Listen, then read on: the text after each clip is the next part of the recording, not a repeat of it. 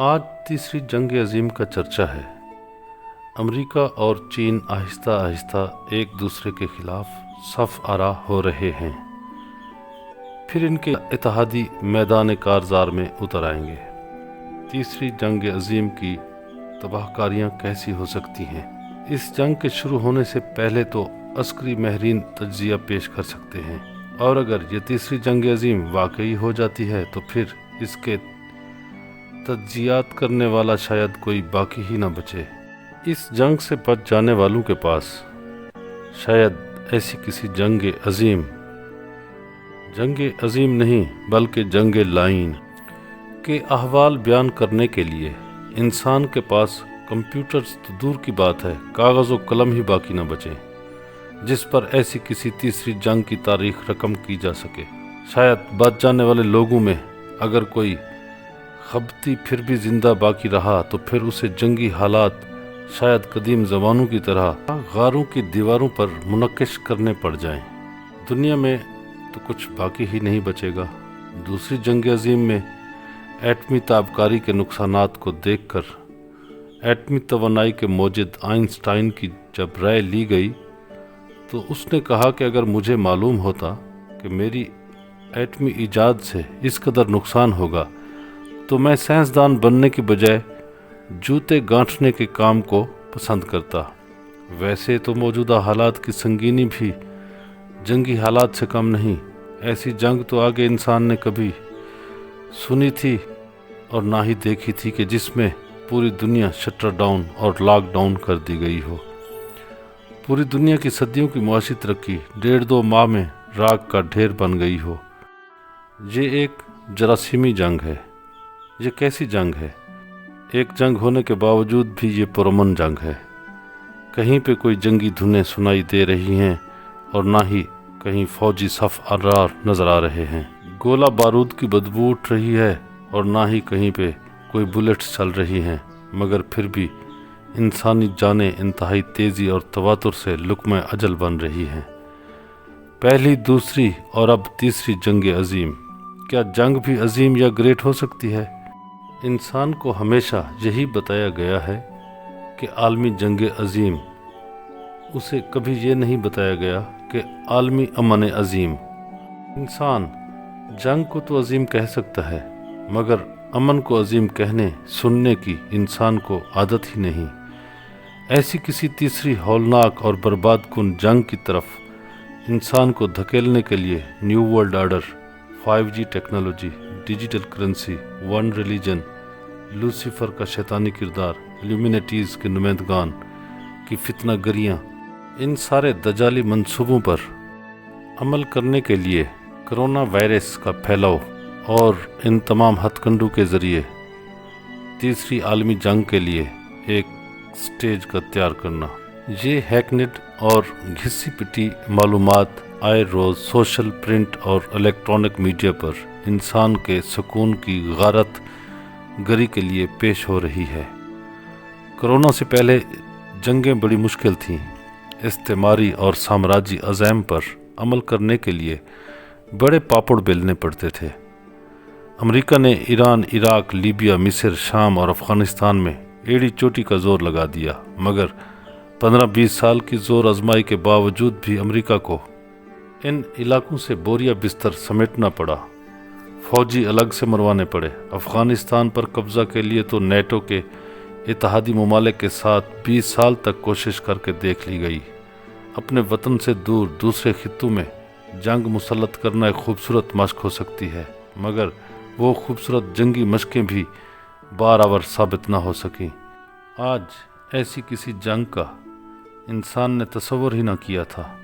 دنیا میں کہیں سے کوئی جنگی حالات نہیں، روایتی جنگ کا نام و نشان نہیں، کہیں سے کوئی گولی نہیں چل رہی، مگر پھر بھی ہر طرف بے تحاشا اموات نے دنیا کے کاروبار زندگی کو مفلوج کر کے رکھ دیا۔ یہ جنگ کتنی سمارٹ ہے، کس مہارت سے اسے پلان کیا گیا۔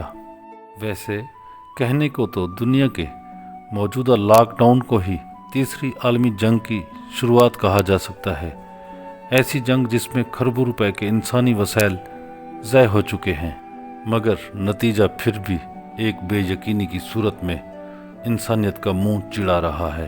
بہرکیف جنگی جنون کوئی قابل ستائش بات نہیں۔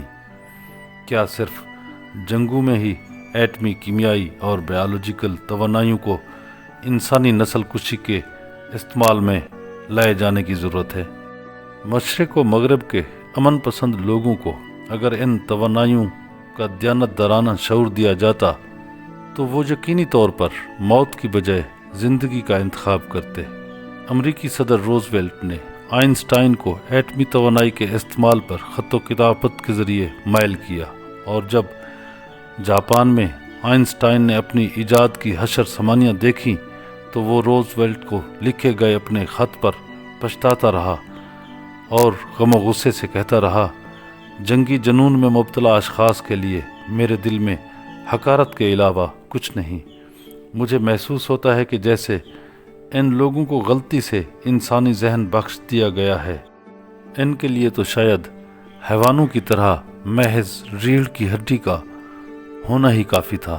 حیوانات کا سارا شعور ان کی ریڑھ کی ہڈی میں ہی ہوتا ہے۔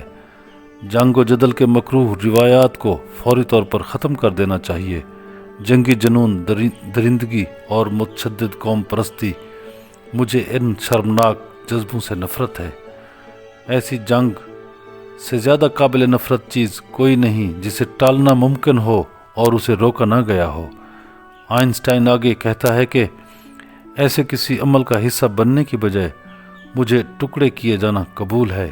میرا ایمان ہے کہ جنگ کے نام پر ہونے والی خون ریزی صرف اور صرف انسانی قتل کے زمرے میں ہی آتی ہے۔ یہ تو حال تھا اس عظیم سائنسدان کا جسے خدا نے خدائی اسرار سے آشنا کر دیا تھا۔ آئنسٹائن کی دریافت ایک خدائی اسرار سے کم نہ تھی جس نے پوری دنیا کی کایا پلٹ کر دی، مگر اس بیچارے آئنسٹائن کی دریافت کو بھی جھانسے سے شرپسند قوتوں نے اپنے مذموم مقاصد کے لیے استعمال کر لیا۔ جاپان میں لاکھوں خواہ انسان ایٹم بم سے آن کی آن میں لقمہ اجل بن گئے، مگر انسان کی شرپسندی تھمی نہیں۔ کسی شرمندگی کی بجائے آئنسٹائن سے الٹا تیسری عالمی جنگ کے متعلق بھی احتیاطاً پوچھ لیا گیا۔ آئنسٹائن نے تل ملاتے ہوئے جواب دیا، تیسری عالمی جنگ کے متعلق تو میں کچھ نہیں کہہ سکتا۔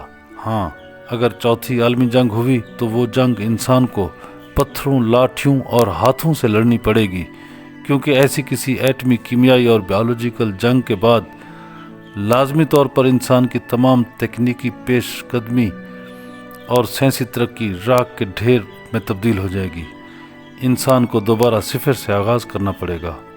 ویسے انسان اپنے ہاتھوں سے بنائے گئے گھروندے گرا کر انہیں دوبارہ بنانے کو دل ہی دل میں بہت پسند کرتا ہے، مگر انسان زہری گھروندے تو گرانے اور انہیں پھر سے بنانے کا خواہش مند ہے، مگر اپنے نفس کے گھروندے کو گرانے کا سوچتا تک نہیں۔ نفس کے گھروندے کے متعلق احتیاط سے کہتا ہے کہ لے سانس بھی آہستہ کہ نازک ہے بدن۔ نفس کے گھروندے کو گرانے کی بجائے زندگی بھر اس کے پشتے مضبوط کرتا رہتا ہے۔ اگر یہی نفس کا گھروندا ٹوٹ جائے تو انسان اپنے من میں اصلی اور حقیقی گھر کو دیکھ لے، انسان حقیقت آشنا ہو کر امن اور شانتی میں آ جائے، دنیا کو تباہ و برباد کرنے کی بجائے اس کارخانہ قدرت کو خدائی حسن کی جلوہ نمائی سمجھے، دنیا کو قابل نفرت نہیں بلکہ مقدس مقام سمجھے، جیسے محبوب رب العالمین صلی اللہ علیہ وآلہ وسلم کی ذات بابرکات نے فرمایا کہ اللہ پاک نے پوری دنیا میرے لیے سجدہ گاہ بنا دی ہے۔ اس سجدہ گاہ کو انسان کسی عالمی جنگ لعین سے ختم کرنے کی بجائے اس سے محبت کرنے لگے، اس سے پیار کرنے لگے، اور اپنے معاشرے کو بھی اس میں پیار، محبت، امن و آشتی سے رہنے کا درس دینے لگے۔